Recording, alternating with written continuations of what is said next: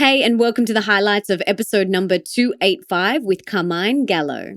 Some of my favorite parts of this episode were when he talks about how to become a communication guru and an epic storyteller to increase your business and following. I also loved it when he spoke about the communication secrets to get from good to great and the formula to follow for success. I also loved when he spoke about how to structure an epic keynote talk or a TED talk, and how to move through fear of public speaking. But there is so much more wisdom and inspiration that you get in the full episode. So, to listen to the full podcast and get all the info in the show notes, head on over to melissaambrosini.com/285 right now. Carmine, it is so great to have you on the show. Can you tell us about who you are, how you got to where you are, and how you got to doing the work that you now do? Yes, I was a newscaster, a television anchor for about 15 years.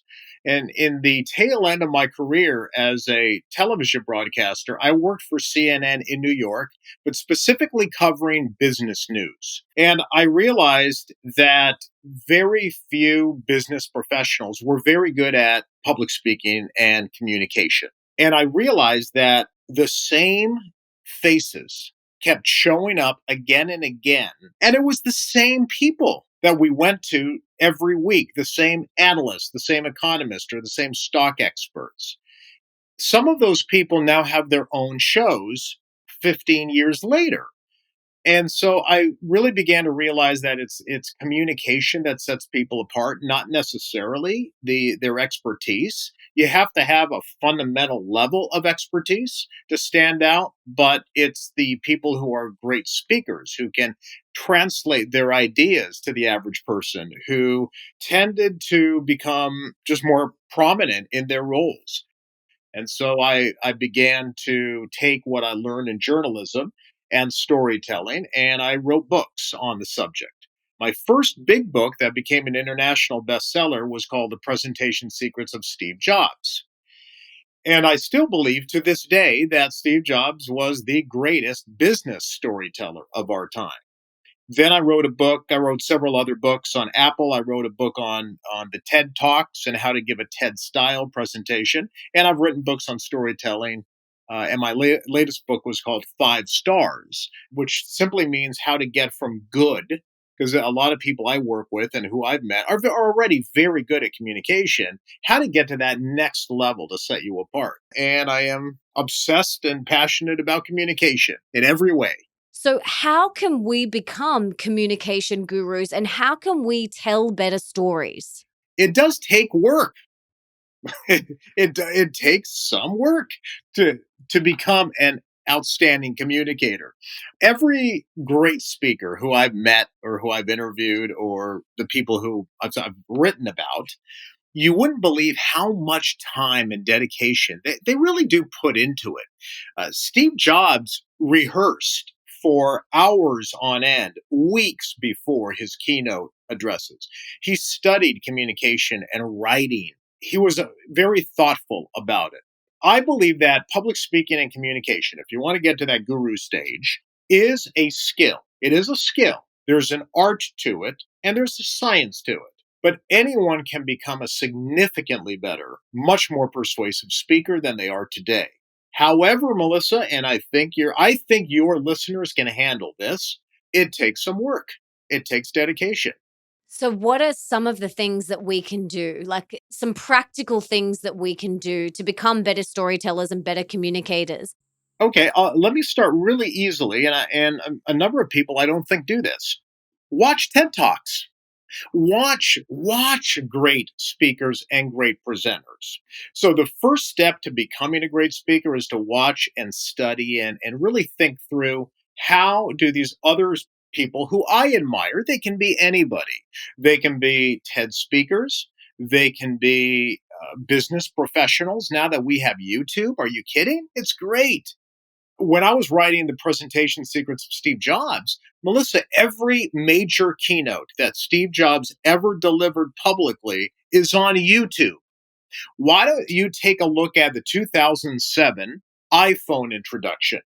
Do not give another pitch or a presentation without watching the introduction of the iPhone in 2007. It's magnificent storytelling. There's a few things that you'll see. You will see someone who is very comfortable on stage. He's got a smile on his face.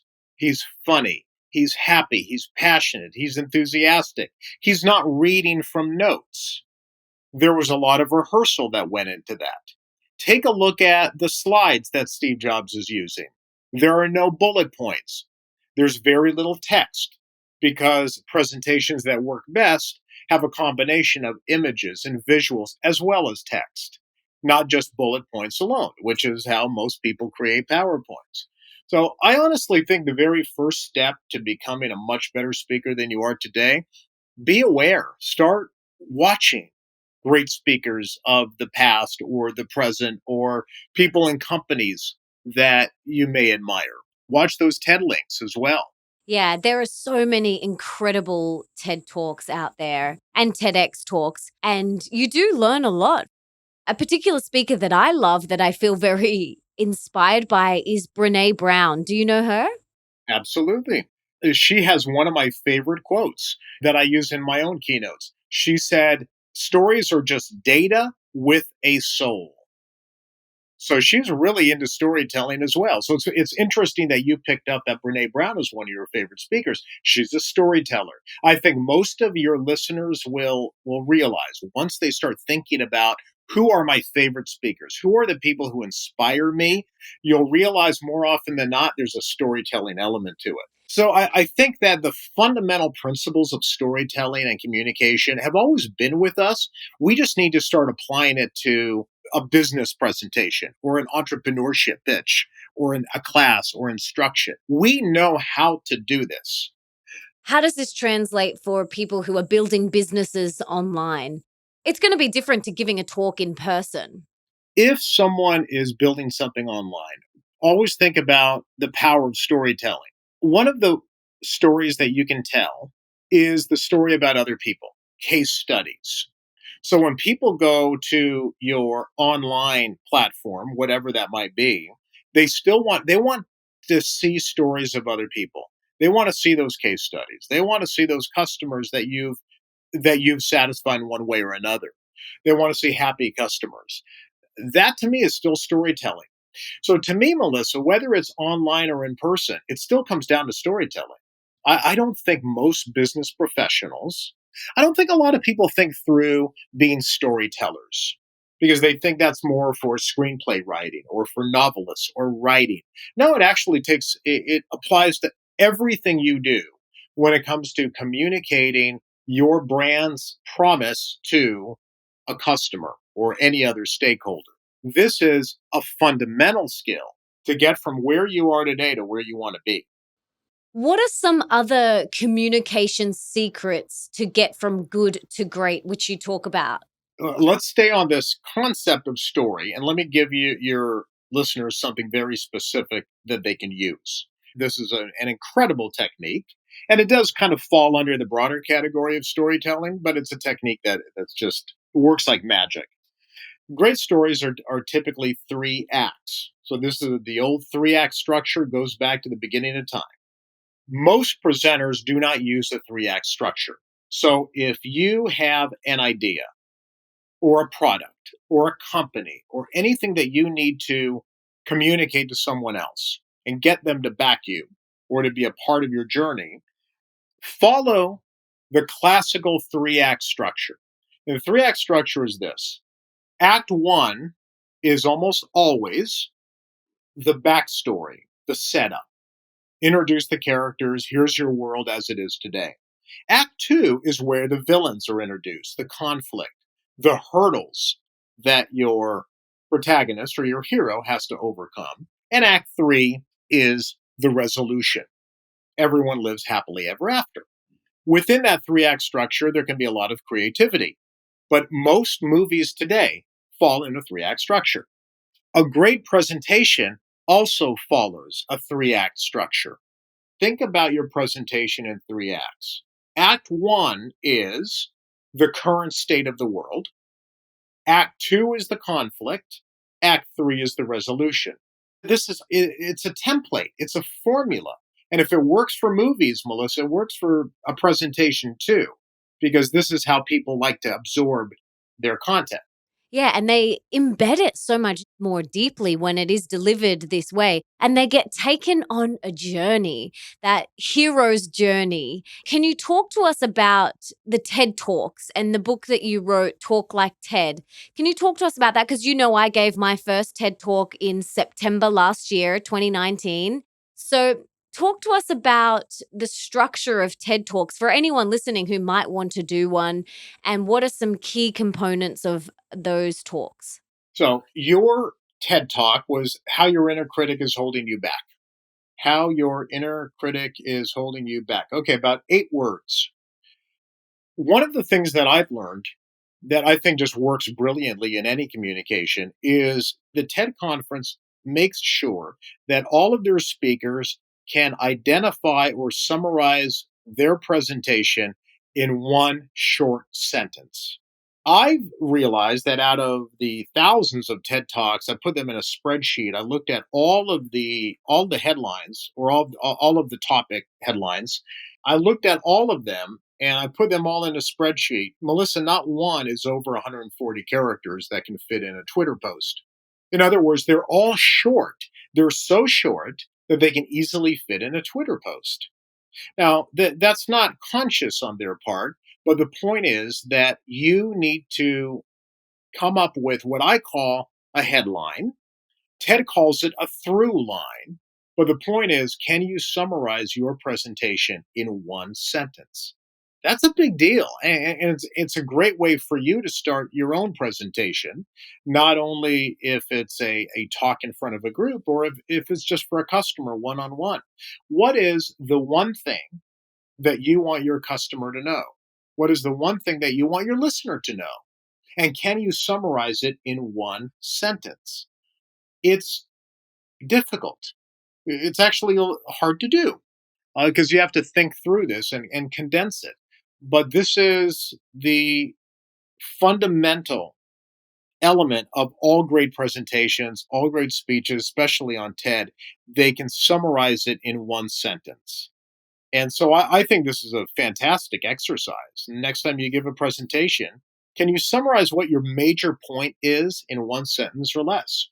Yeah, I think that's a really powerful thing to do. It helps you get really clear on your message and what you're actually trying to deliver and convey. Because I know when I was writing my TED talk, they kept on saying, you get a lot of training, which is incredible.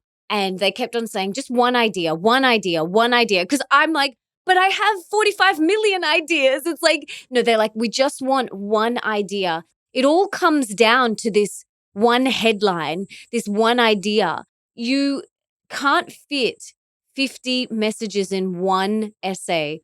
Just bring it back to one point, one through line. What are you trying to convey? And then that also helps you stay on track. I don't think most of our listeners today have had that same experience of giving a TED talk and going through the coaching. So this is a little foreign to them. And that's why I think it's so valuable. This whole idea of, well, the one idea, and the fact that the TED coaches kept forcing you to come back to one idea. Because what happens to most people is we open PowerPoint and we just start filling in ideas and pages of facts and information and text and bullet points. There's no through line, there's no story arc, there's no visuals. There's no one there coaching us to say one idea and one idea only. And that's why I think this is fundamental.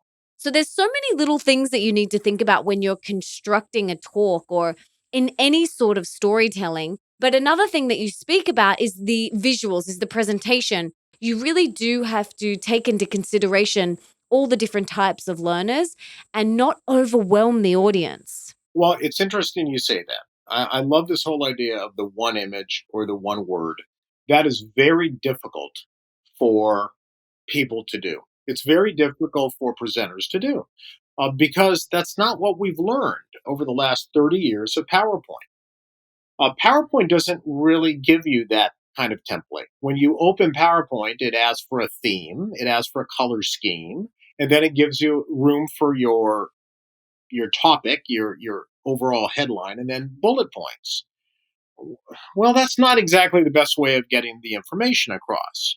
You can still use PowerPoint to put one sentence or a visual and a few words.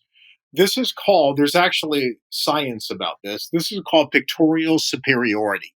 It simply means that our vision is more powerful than text, especially when we're looking at a slide. Visuals are much more powerful and more easily remembered than text or text alone. It's all about the pictures over words. You can have some text, one, two, three words, maybe one sentence alongside an image or just images alone. When you are speaking and I'm reading 100 words on a slide behind you, the brain is incapable of multitasking. You think you can multitask, you actually can't. It has to focus on one thing or another. It doesn't do two things at the same time. And here's another thing we can learn from TED Talks. Let's move beyond that. How long did they give you? Do you recall? How long did they give you for your presentation?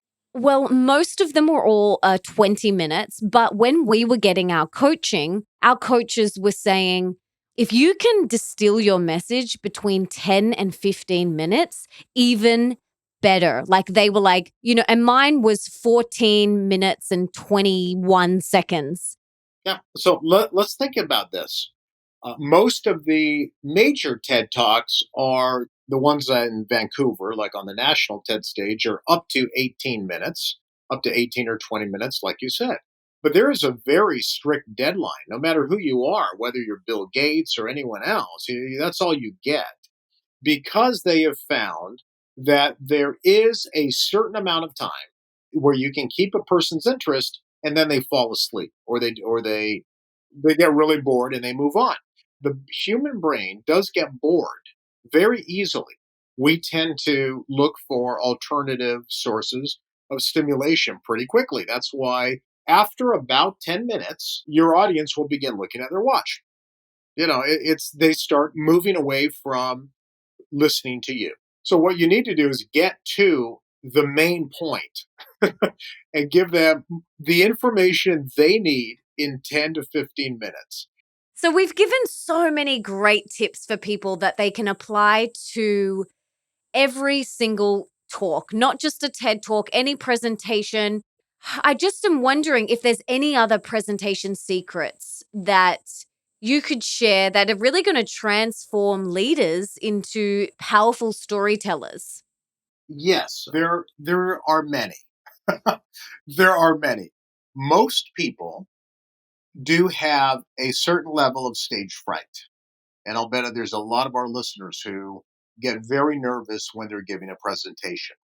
I've lost count of how many people will tell me privately, not in front of their peers or group, hey, Carmine, I've got a real, I just get really anxious when I'm public speaking or when I have to give a presentation.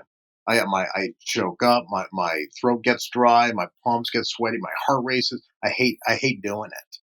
People get these butterflies and it prevents them from being everything they can be, especially as a great leader and a communicator, because they don't do it enough. They avoid it. We all get a little nervous when we're speaking in front of other people, and that's okay. It's not about overcoming. Don't say you're going to overcome your fear of public speaking. You can manage it. So here is a technique that I've learned from sports professionals, and it works for public speaking as well. The reason why people get nervous when they are public speaking or giving a presentation, they don't do it. So what you have to do is when you practice, this is the best advice I've ever heard. Put yourself under real world conditions. Practice in front of people. Get up, deliver your presentation in front of two people, your friends or your peers. Don't just say, oh, okay, well, I've done my slides. Slides look great. And I know what I'm going to say on slide number 2. I'm ready for it. And then you get up there, and as soon as the slideshow starts, you start feeling the nerves. It's because you actually have not practiced. So you got to practice that.